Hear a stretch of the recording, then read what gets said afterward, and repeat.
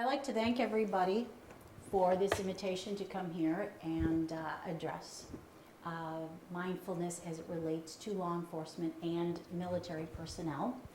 I'll give you a little background as to who I am and what I do and how I got started in this field.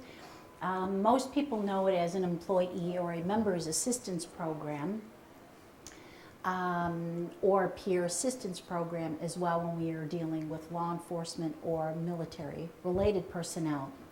And years ago when I worked for a county doing EAP work, what I had found was most of the departments that I worked for were responding to the services, but we weren't really getting that much from the law enforcement, the sheriff's department, the corrections for the county.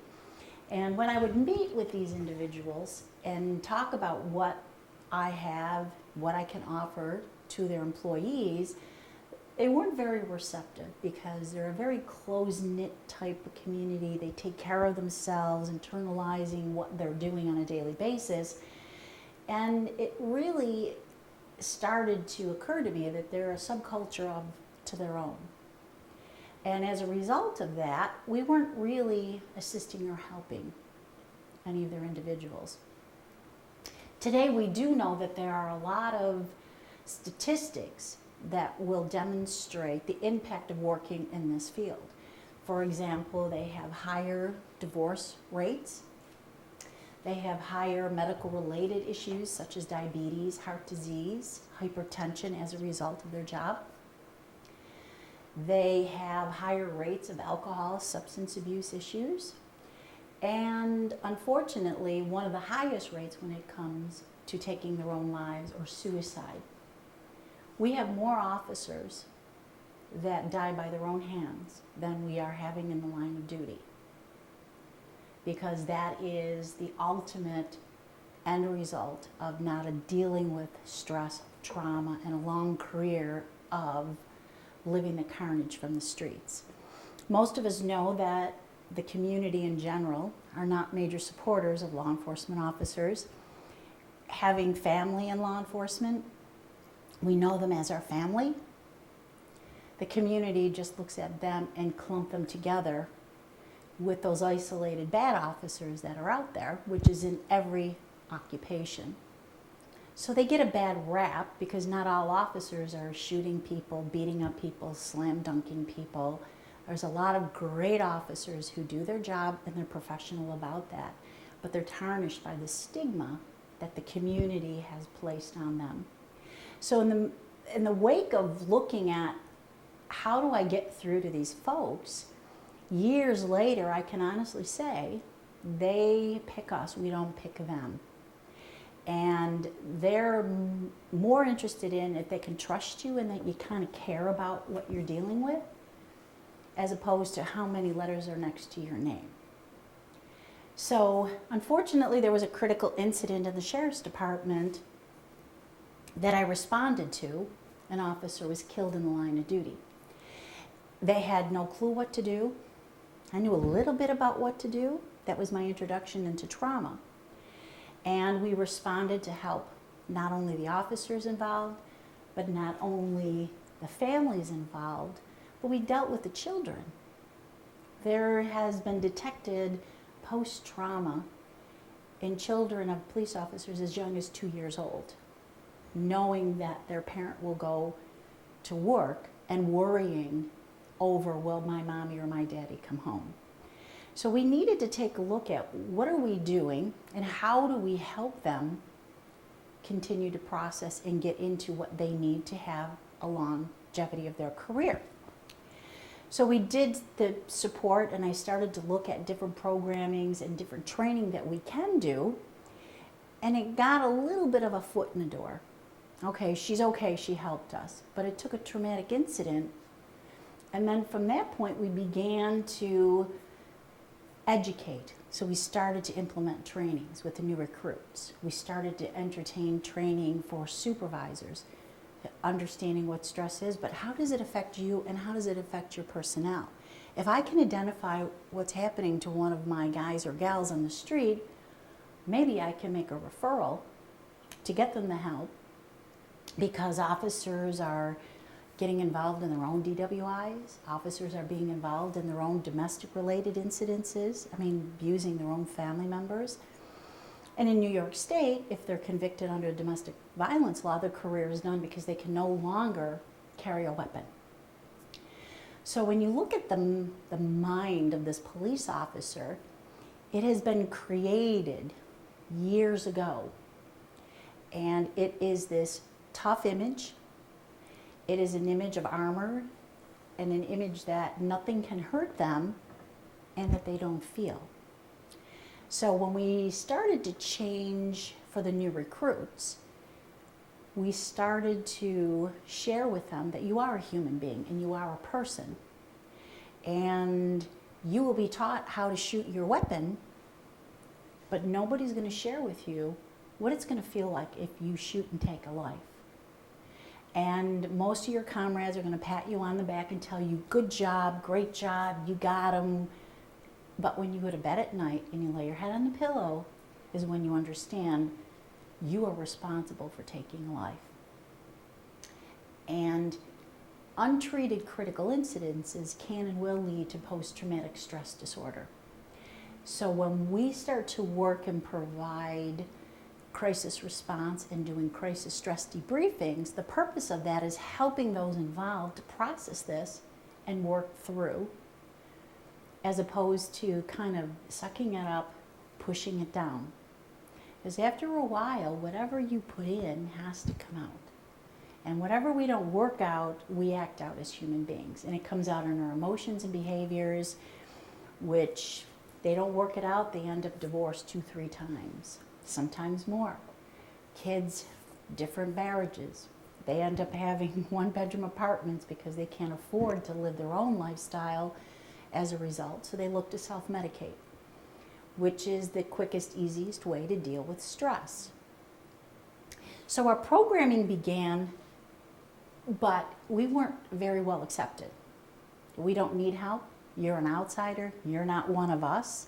And I know you talked about briefly that your husband is retired from law enforcement, so you may have noticed the subculture. You may have noticed that maybe he doesn't talk to anybody else, or he talks to you. Now, my brother's a police officer, and for him, he's got a good relationship with his wife. And she becomes his primary therapist. That's the person he can go to, and doesn't matter if he's expressing an emotion, expressing a tear, or that incident bothered me, because he has an outlet that he has put together. Just because he acts tough on the job, you don't know what's his resources at home. There are a lot of officers who don't have those resources available to them. They may be available to them, but they don't trust it to go to them. So they may go to other avenues such as a peer. And we did research. I worked with Dr. John Vellante, who is like one of the most dedicated persons for law enforcement mental health, and has written almost every book on stress, critical stress, and he is the international authority on police suicide. He's on a suicide watch list for the country and different programmings, and my mentor. I've learned a lot from him. Previous New York State Police, did the first EAP for New York State Police, and has initiated a lot of peer support programming. So when I had finished my graduate studies, we did a research project, and one of that was researching federal, state, and local municipalities. How do you feel about the mental health support services available to you? And we also gave it to supervisors, because we wanted to see if there's a little bit of a difference between the perception of a supervisor and what's the perception of the officer. It pretty much came back what Dr. Vellante and I expected. One was supervisors take a different approach, yet they're helpful, but it's a reporting, it's accountability. And if I tell my supervisor, he's going to tell my next supervisor, and if I get into trouble, I could lose my job. So they're more worried about the paperwork, the responsibility for the job, as opposed to the officer's perception is, I don't trust supervision.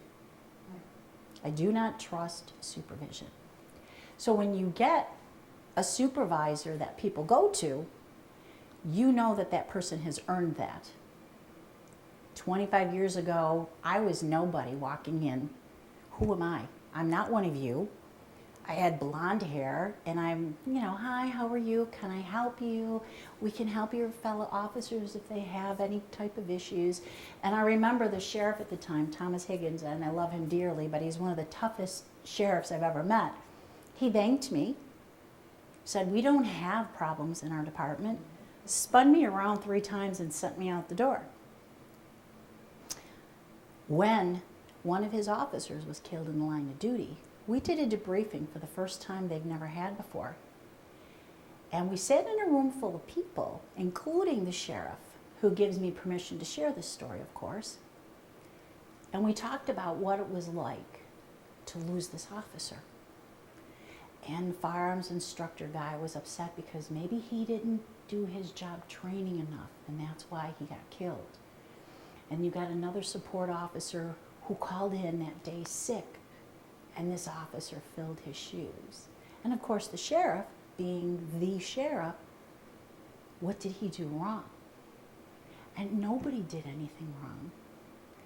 It's just the way life is. And sometimes we are left reacting and responding to what happens to us because, we're not psychic. We don't have psychic crystal balls that we can say, oh, this is going to happen. And the greatest disadvantage is the element of surprise. We're reacting and responding to incidences.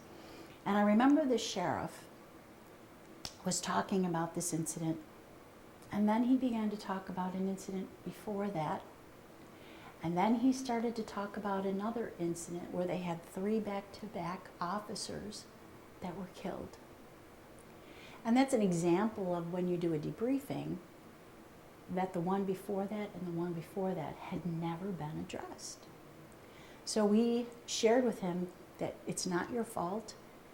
Yes, this hurts. Yes, this sucks. But how do we recover from this? How do we take care of our officers and move forward? And how do we better prepare them mentally to deal with the job that they're dealing? And he said, let's do this. And that's where we started to begin, because now I had an in. Now I had someone that's allowing me an opportunity, and you had to earn that. You had to earn that with them, because they have learned working the streets not to trust. Because if they trust, they could get killed. But what happens is this protective measure of this trust becomes so solid that now they don't trust their civilian friends. Did your husband have a lot of civilian friends, or were they all from the department? Oh, mix. It was a mix. My brother is the same. My brother has his handful of people, and then he's got his friends as well, which is good. There are some that isolate. Nobody understands us. We can only hang out with law enforcement, so they isolate themselves, And then what begins to happen over the years is then they begin to isolate and shut out their family. Now you don't understand anymore. And as that starts to shut down, this is where you start getting some of the emotional mental health issues. The depression starts to kick in. There's less than half of the law enforcement agencies in the United States that have available mental health support services for the personnel. However, at least 0.25% are suffering from post-traumatic stress disorder. So in the study that we did, they outlined several things that they would go for. The number one support service that they would recognize to use is a peer support. They're going to trust one another. They're not going to trust management, but they'll trust one another. They felt that they needed more training for them on what to expect out there emotionally, how to keep their resiliency going so they can bounce back from all these little traumas that contribute over a period of time. We know it could take one major traumatic event. We know it could take a series of events over a period of time that can then lead up to this post-traumatic critical stress disorder. They also indicated that they felt their spouses and loved ones would benefit from getting a better understanding of what goes on in the job. You get a new recruit, he leaves Fisher-Price working the assembly line, and now he's a police officer. You put a badge on him, you give him a gun, and there's a power and authority that's associated with that. Most go through this kind of a mental reprocessing, I'm rough and tough and I'm an officer. And they work it through the first couple of years. Some may call it the John Wayne syndrome. Some never get over it, but most do. And as they work the streets a bit, they kind of realize, okay, it's nice to get into a fight, but after a while, if I can talk my way out of this, it's easier than fighting. And but what happens is, Christmas Eve, wait a minute, you gotta work. Christmas Day, oh, you have to work. Kids' baseball game, you gotta work. I just had a baby, you have to take your own time. And it changes the whole dynamic because now the shift changes, the time changes, and they're always pretty much on call to do what they need to do when the department calls. Sometimes families don't adjust very well with that. I'm not sure what yours was at the very beginning. They do say, very tough, yeah. Right, and children, obviously. What would you say was the biggest factor in the early years of your husband's career? Well, the schedule, missing things, but sleep deprivation. Working doubles, working midnights, working afternoons, quick returns, yeah. Okay. That kind of stuff. And you, how did you deal with that? Oh, I was much younger, so I had much more vitality. I was in graduate school. We were tag team parents. When he came in, I was out. I had to go to class. Okay. And I worked at the university, so it was very, very challenging. Okay. And most will work through that, but not everybody is meant to be a police spouse, whether a male or female, because of the demands. And one of the things that we deal with that no other population deals with is that when I say goodbye to you this morning, I may never see you again. That's the element that you never, ever want that knock on your door. And that as a wife of an officer, I'm sure that was one of the things that if your captain or your chief is knocking on your door at 3 a.m, you know he's not there to sell you Avon. Right. You know something bad has happened. So when you get them through the career and they can retire, that's a good thing, and you survived it. So you've done something right to figure this out. Many officers don't do well figuring out their family members and their family situations, which helps to explain the high divorce rates. So it's easier just to leave, Mary home because Susie at the bar is no longer, she's not grabbing, where are you, where's the money, when you coming home, you need help with the kids. They don't fix the problem because they don't listen, because now they don't like to be told what to do anymore. And what works out on the street is phenomenal. It doesn't work so much at home. 2 kids steal a bike and you've got them at the police station lined up interrogating to find out which one has it. You can't go home and do the same with your kids when the hairbrush is missing. Sometimes that happens. And it's not an awareness that they're cognitively addressing. They're just doing what they know what to do. And then sometimes it takes a wife to say, hey, time out. Time out. This isn't boot camp. This is home. So it's hard not for them to transfer to home, and it's hard not to bring home to work because it happens. That's life. We're human beings. So how do you preserve the mental health of a police officer? When we did the research and we presented it to the New York State community and said, this is what they're asking for. They're asking for this. This is what they said they will do and they will need for their mental health. Peer support, more training, and more support services for their family. And if you ask them, they will respond. But nobody really asks them. They think, well, this is what we think is going to be helpful for them.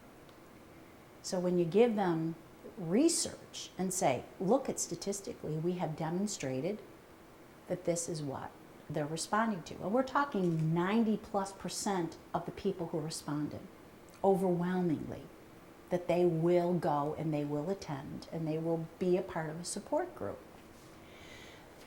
But the mind of the police officer over a period of time, even when they do everything right, has an impact on their psyche. It's almost like if I were to describe having your arm caught in a door for a period of time and it goes numb.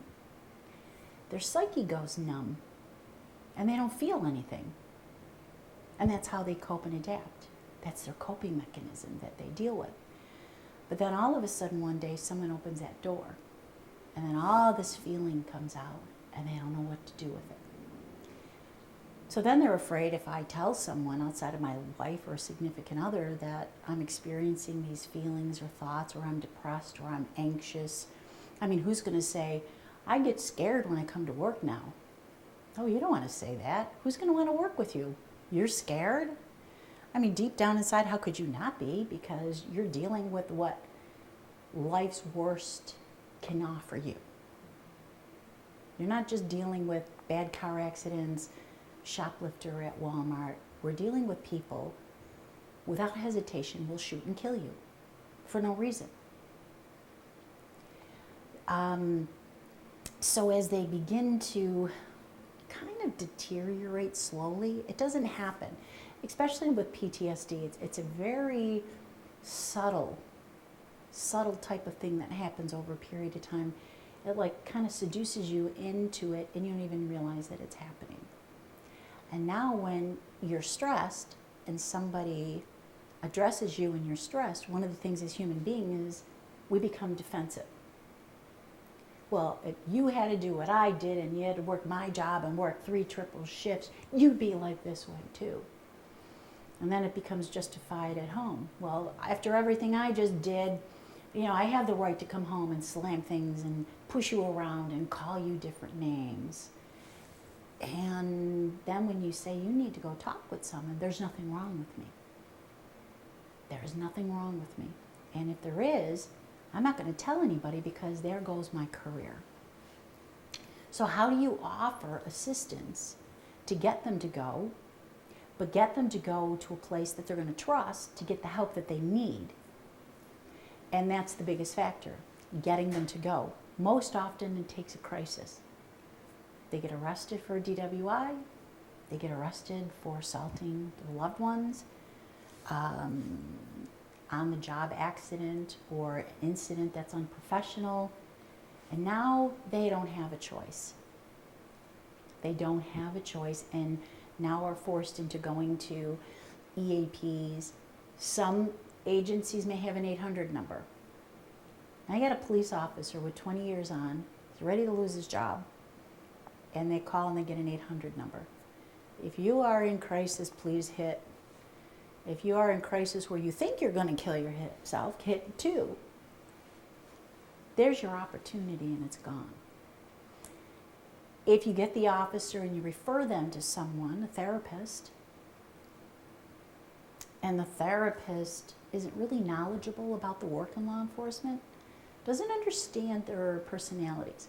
Although they're rough and tough on the outside, I told another person, it's kind of like a Tootsie Pop. Hard and crunchy on the outside, but mushy on the inside. It's trying to understand why they think some things are funny and nobody else thinks they're funny. You've heard the stories. You love the funny stories, don't you? Oh, yeah. And they tell it at the dinner table and everybody laughs going, you're not going to believe what happened with this lady did with her shopping cart today. How many stories did he tell at the dinner table about shootings or officers' death or officer suicides? Not at the dinner table with everyone, but yeah. Right. Because they don't share that, because sometimes I don't think the family members can handle it. The majority of the family members or significant others do and can. There's a percentage that can't. The majority do if they give them a chance. But they're afraid that they're going to share trauma with you and they're trying to protect you. But that's another way of distancing themselves. Absolutely. And that distance is what creates the communication barriers, which then makes it further heading towards what they call separation and divorce. Because now you're getting upset. I love you, why are you not coming to me? So you're trying to push it more, like what's wrong with me and why aren't you communicating? And the more you push it, the more they push back. So those are the dynamics of them trying to figure it out themselves. So the more body armor, emotional armor they may have, the better equipped they may be to combat some of these things.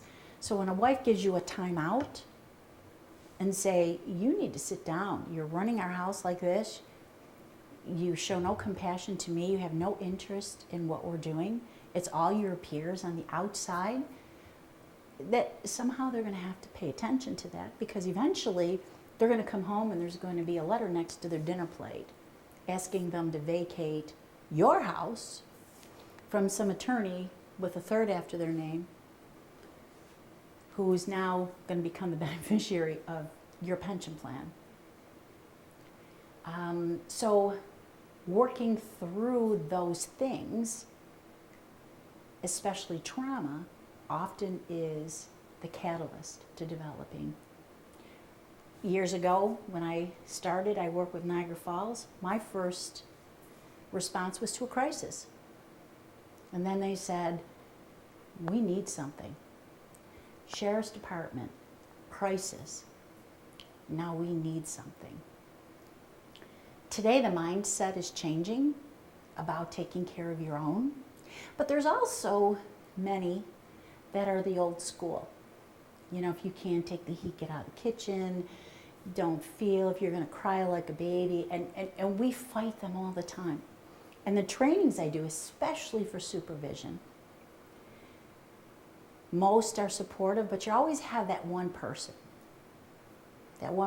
that'll say, I don't believe in what you do, I think it's a bunch of hogwash, and if these guys and gals can't handle it, they shouldn't be working, and you know, we don't need this kind of touchy-feely, hug-me peer support kind of kumbaya sessions. And I responded to this one gentleman with maybe 30 plus years on the job. You know, he was a veteran. He wasn't a young kid. I understand, sir. I appreciate and accept your opinion, but I can guarantee you one thing. And he said, what's that? I said, are you married? He goes, yes. I go, do you have kids? And he goes, yes. If something were to happen to you and you're killed in the line of duty, I promise you I'll take care of your family. There was dead silence, because they don't think it's going to happen to them. Nobody thinks it's going to be them that's going to be. That's the mindset that we are starting to change. Years ago, I was responding to an agency in Canada, and they had an officer who was in a cell block, and he was assisting another officer who just arrested a bad guy. And as they took his cuffs off, that individual went crazy and started wrestling with the other officer. So this officer came to the rescue to help. And the bad guy gets his gun and starts to shoot. In the air, to the walls, one grazes his side by his ear and one goes through his arm. They wrestle this individual, they get him down wherever, he goes to the hospital. And nobody shows up. I mean, if I was a chief or a sheriff or a commissioner, I'd be there if my guy just took a bullet, could have been killed. So the perception of support from management is critical. You're going to show up. And after he was home, he was called in by his chief, thinking his chief's going to say, we're going to give you these accommodations, you're our hero, look what you've done. And the very first thing the chief says to this officer is, I watched the incident on the video, and I noticed you weren't wearing your hat. Instead of saying, I'm glad you're okay, I'm glad you weren't hurt, who cares about the hat? So do you see what this just did to this officer? So he's off on light duty. He can come back. He's gone to a couple people. Somebody told him to read a book. And they said, we don't know what to do with him. We think that if he puts on his hat, psychologically is a block, and then he's going to get shot again. Now, you're not rocket scientists in this room, but you probably can figure out why he won't wear his hat again. That's anger. And he had the right to be angry, and the chief's clueless. And it had nothing to do with I put my hat on. It's, how can I say to my chief, screw you, I'm not wearing my hat. You think my hat is more important? I'm not wearing it. So I spoke with this individual at length. We talked about what it was like to lose your weapon. It happens. It happens to the best officers. We talked about what it's like to be shot. I've never been shot. Have you? Yeah, it hurts. But what does a gunshot from a person mean? Somebody tried to kill me. So you got this perception, somebody tried to kill me, and then nobody cares about you. Nobody cares about to help you to get through this. How do you work through this? And they think that you're crazy because you won't wear your hat. We had him to the right people. He worked all this out, and today he's working and he's been promoted, and he's doing very well. It took 12 years and embarrassing the department with other people who took over to say, you know, we've asked several times for you to patch up the holes in the walls and the ceiling where the bullets went. So every time he comes in there and he sees that, what is he thinking? It's a reminder. It's a trigger for him. And I'm here in New York, and I said, I'll come up to St. Catharines. I'll plug holes and paint. And when we did that, we embarrassed them, and they patched it. It was a half-hour job. Nobody cared about how it was impacting him. So if you look at, if you're going to have healthy minds of officers and doing your best, you got to start right from the top. They have to believe in this. They have to believe in helping their staff, their persons, their officers, civilians. Because if they don't believe in it, by the time you get down here, they know they're not going to go to you for help. Why would they? You'll ridicule, you'll suspend them, you won't rehab them, you won't get them the help that they needed. My brother was involved in he was responding to a shots fired call, and somebody T-boned him on the way to the incident. And he was on a backboard, and he was taken into ECMC, the trauma unit. Nobody showed up. And I always wondered, this is what I do for a living. I do this for everybody else, but I always wondered, if anything ever happened to my brother, would my family be taken care of? I got my answer. No. My answer is no. So I put together a plan, and I've got people I trust from many departments. If something happens to my brother, you need to take care of my family, and they've promised me that they would do that. So that's the image that he gets from his chief, who can. Yeah, he called up his lieutenant. How's Junkie? He's okay. Okay. Why don't you call him yourself? And then you get someone up here, for example, the sheriff from Niagara County. He has an officer who gets into an accident, amputates both of his legs. That sheriff was at ECMC before Mercy Flight. Now that's a guy who gets it. That's a guy who understands the importance of not only being there for the officer, but the officer's family members. We're going to get you through this. We're going to support you. And that's why in this department, these folks do better because they know they have the support from the top, and they know that they will be there no matter what happens to them. They offer them everything that they need so they have a quicker, better recovery back to work, rather than going back to work, hating the department, hating the chief, hating their jobs, which means they're not going to perform very well out on the streets.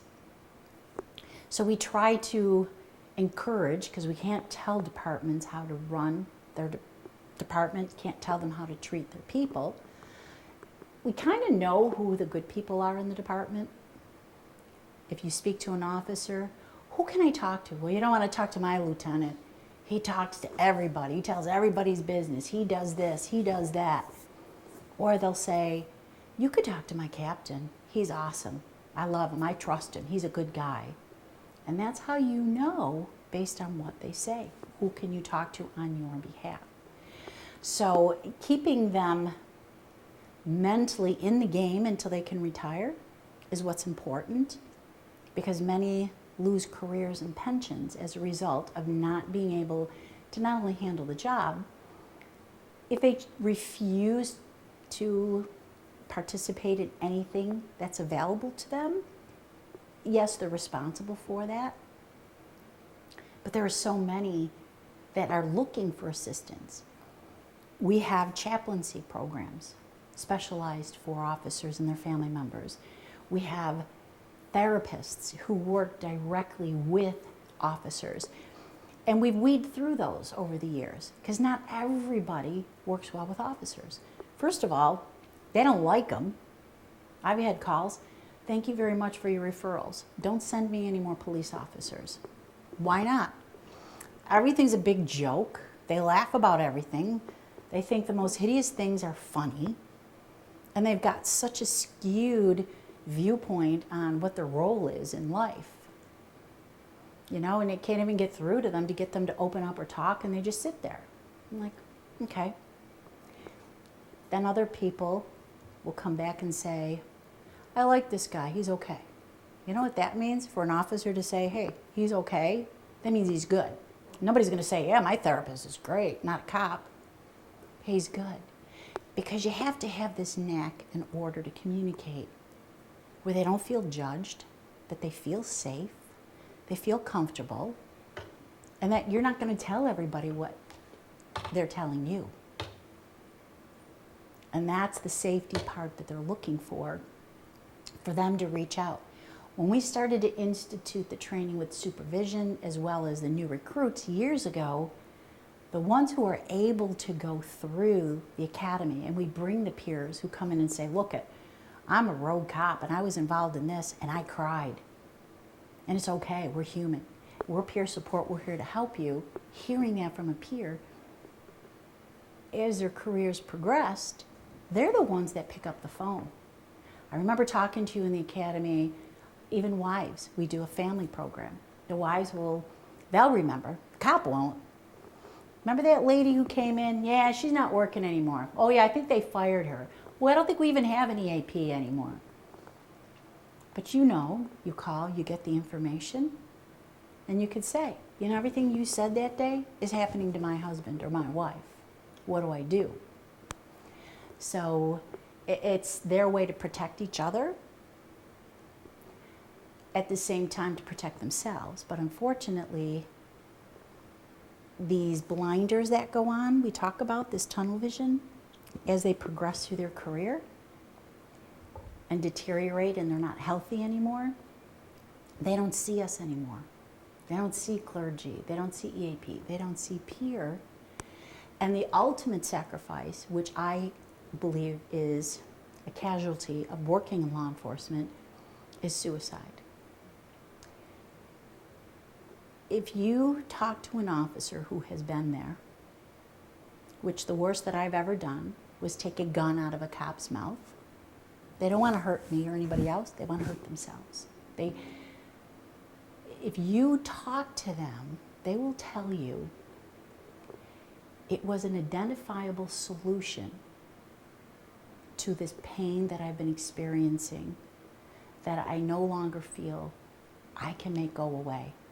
The doctors, the meds, nothing. And they're not afraid to die. They're afraid to live in that pain one more day. And it becomes an identifiable solution to ending that, which is sad that they deteriorate because they don't see anything anymore. And that's when it happens.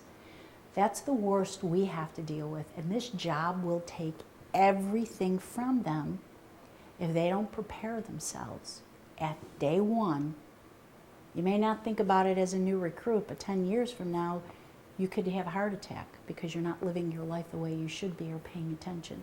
You could be on your third wife. Or you could be advanced to a captain and you can retire and everybody can throw you a big party. And then you can move on to your next career. The hazards of the job and working, keeping that. We do know spirituality becomes impacted. Think about it. You go to church, there's God, He loves everybody, protects everybody, and then you go on a call and an infant has been killed by an angry, drug-induced boyfriend to the mother.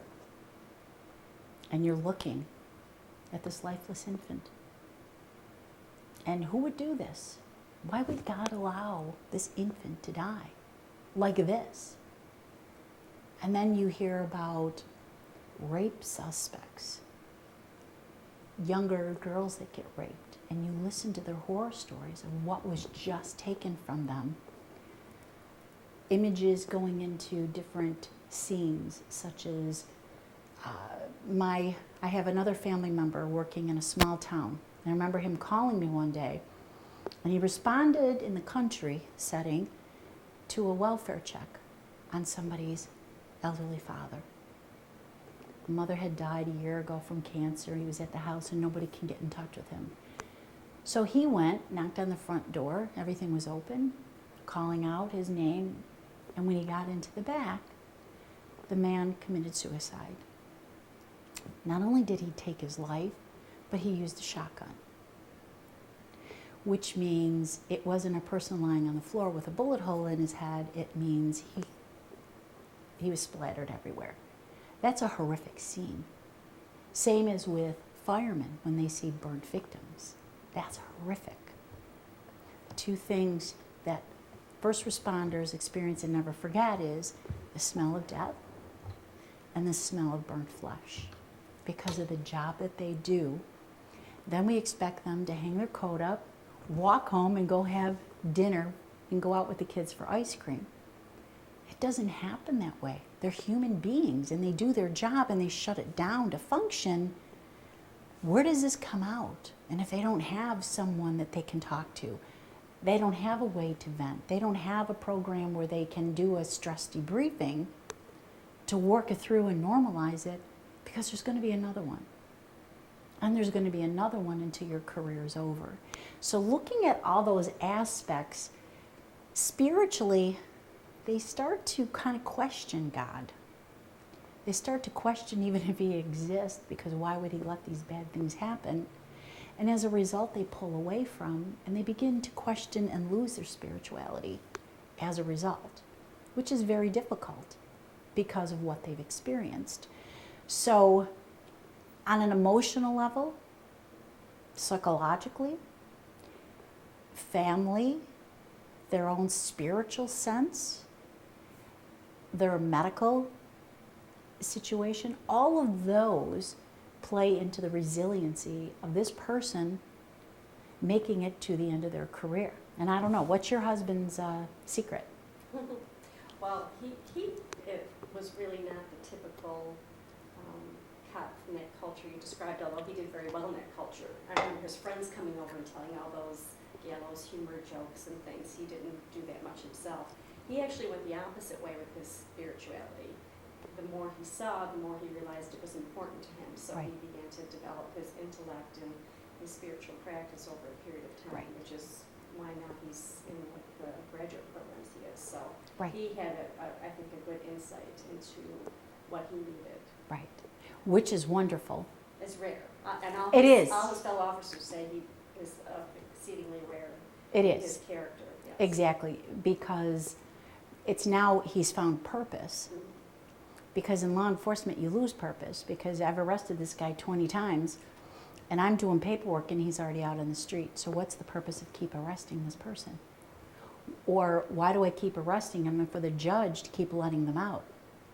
Why aren't they keeping them in jail? How many times do you hear this incident happened and this person was just let out and the judge let him go out when he should have been kept in jail? You hear it all the time.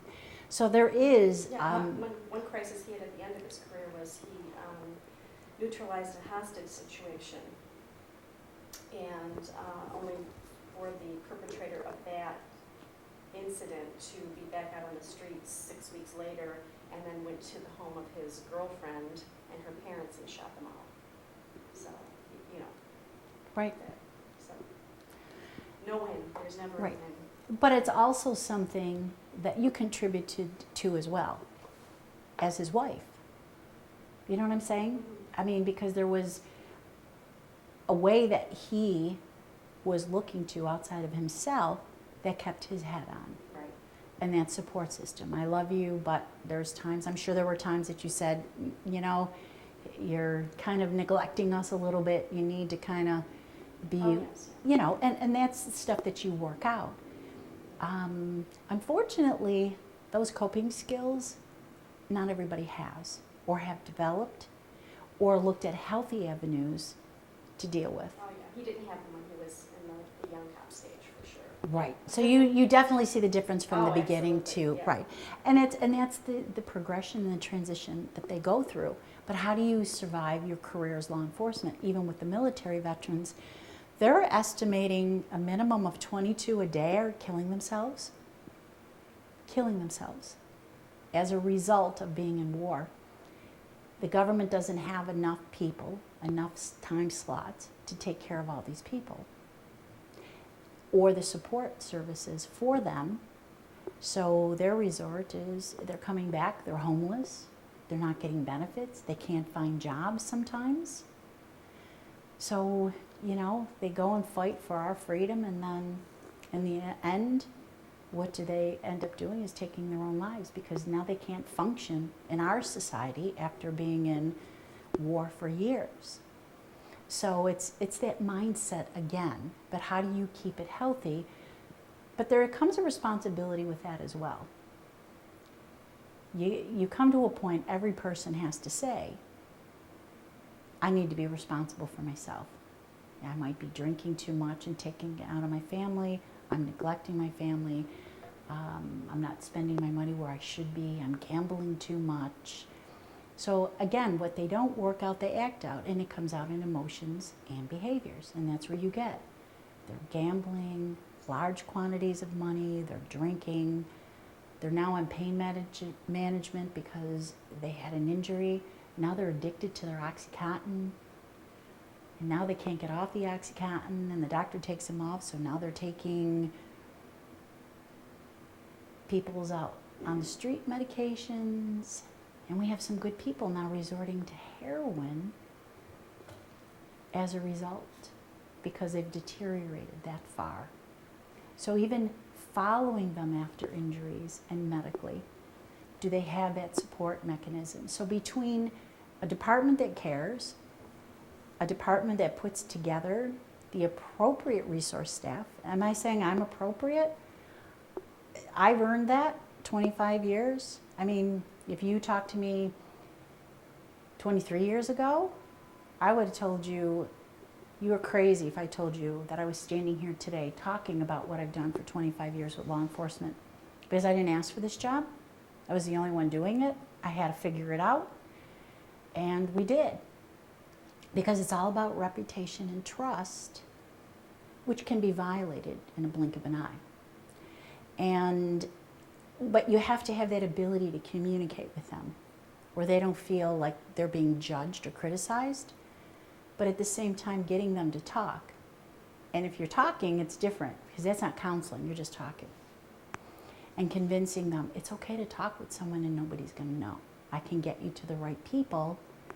And if you got one shot in doing that, you're going to blow it if you send it to a guy who tells the husband and wife in marriage counseling that obviously it's your fault that you're here, and it's obvious because of your problems that you're having marital discord, and inappropriate because you're laughing at things that you shouldn't be laughing at because you don't understand their mindset.